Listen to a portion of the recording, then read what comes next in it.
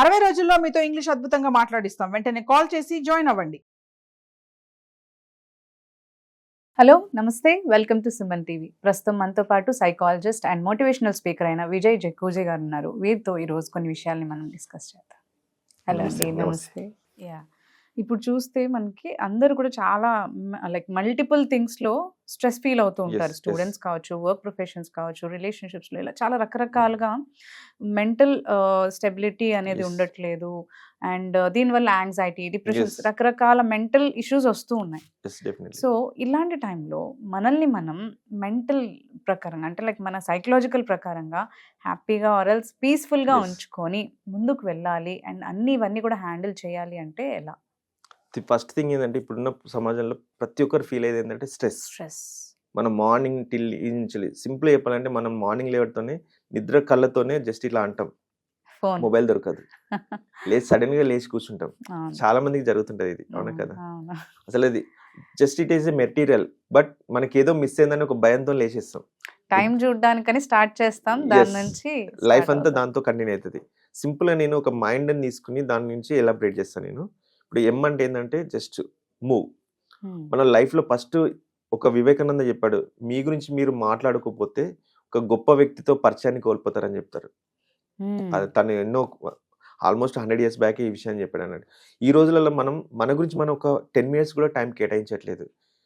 ఉరుకులు పరుగులని, ఏదో సంపాదించాలని, ఏదో చేయాలని, దీంతో లైఫ్ లో స్ట్రెస్ మొత్తం మనం మీద పెట్టుకుని వెళ్ళిపోతున్నాం. అలా కాకుండా మన బాడీకి మెడిటేషన్ కానీ, ఫిజికల్ ఎక్సర్సైజ్ కానీ, అట్లీస్ట్ డైలీ ఒక 15 minutes మన గురించి మనం ఆలోచిస్తే ఎలాంటి డిసీజెస్ రావు. చూడండి, ఇప్పుడు స్ట్రెస్ వల్లనే షుగర్ వస్తుంది, దానికి ఇమీడియట్లీ నేనున్నా అని షుగర్ అంటే మన బీపీ వస్తుంది, బీపీ పక్కకి ఇమీడియట్లీ కొలెస్ట్రాల్ అని ఇలాంటివన్నీ వస్తున్నాయి జాయింట్గా. మెయిన్ కారణం ఏంటంటే, షుగర్కి కారణం ఏంటి? స్ట్రెస్, ఓవర్ ద థింకింగ్ వల్ల.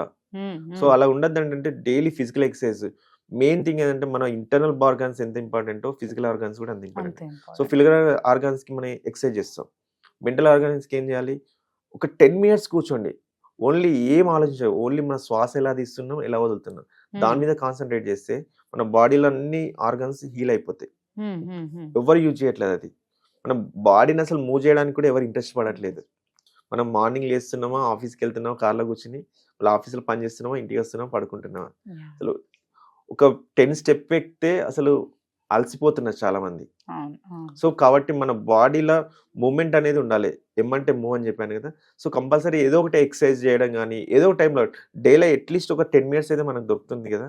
ఆ 10 minutes మన కోసం మనం యూజ్ చేసుకుని యోగా చేయడం కానీ, మెడిటేషన్ చేయడం కానీ, జాగింగ్ చేయడం కానీ, running, what ever it may be, ఏదైనా ఒకటి చేయాలి. Next interaction.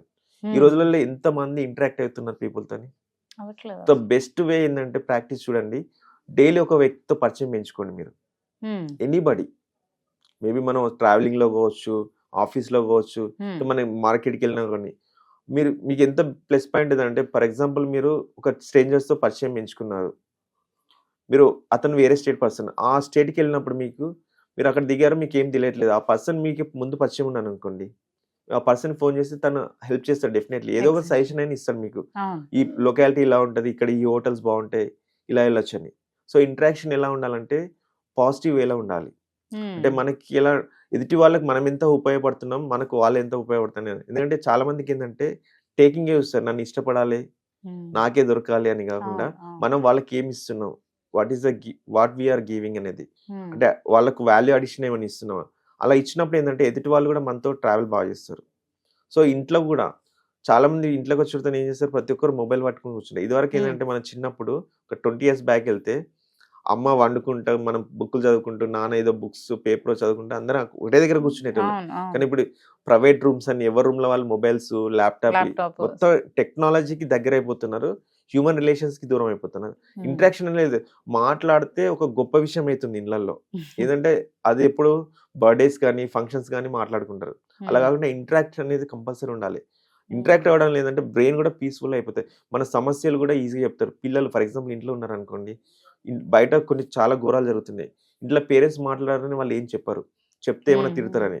సో ఇంటరాక్షన్ లో ఒక ఫ్రెండ్లీ నేచర్ ఉందనుకోండి, పిల్లలు కూడా ఈజీగా వచ్చి మనకు కమ్యూనికేట్ చేసుకుంటారు, నాకు ఇలాంటి ప్రాబ్లం ఉంది బయట, సజెషన్స్ అడుగుతుంటారు. అవును అవును బట్ లాస్ట్ బయట వాళ్ళు చెప్పి మనకు వచ్చే వరకు మన పిల్లల గురించి మనకు కూడా తెలియదు. తెలియదు. సో ఇంటరాక్షన్ అనేది ఇంపార్టెంట్. కొన్ని నేచర్ ఇదంటే కేర్ అన్నట్టు. మనకి ఎమోషనల్ బాండింగ్ ఉండాలి, కేర్ ఉండాలి ప్రతి ఒక్క విషయం మీద.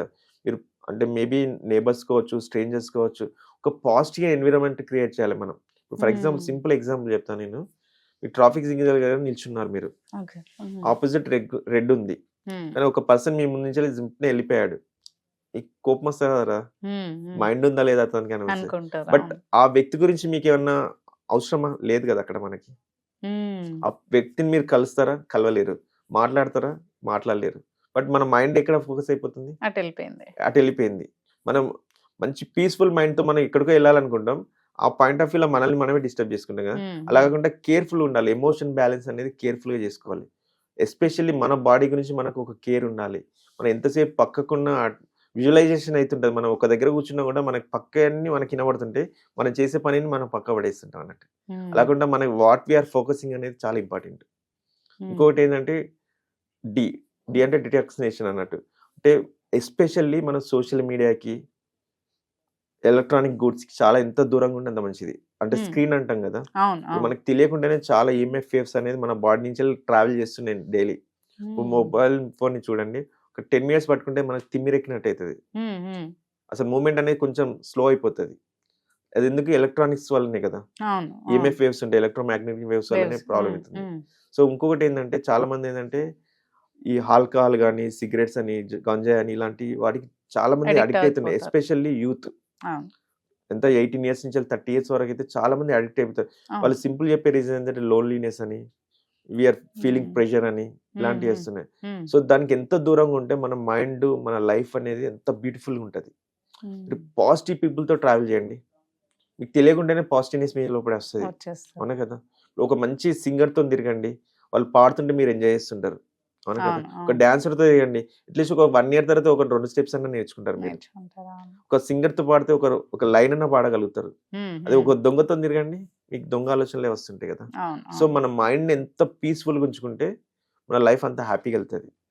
So that is the important thing. ఏంటంటే స్ట్రెస్ అనేది 0 స్ట్రెస్ పెట్టుకుంటే 0 ఎక్స్పెక్టేషన్స్ కూడా పెట్టుకోవాలి లైఫ్ లో. More expectations more pain, no expectations no pain. No pain. Okay, thank you. Thank you so much.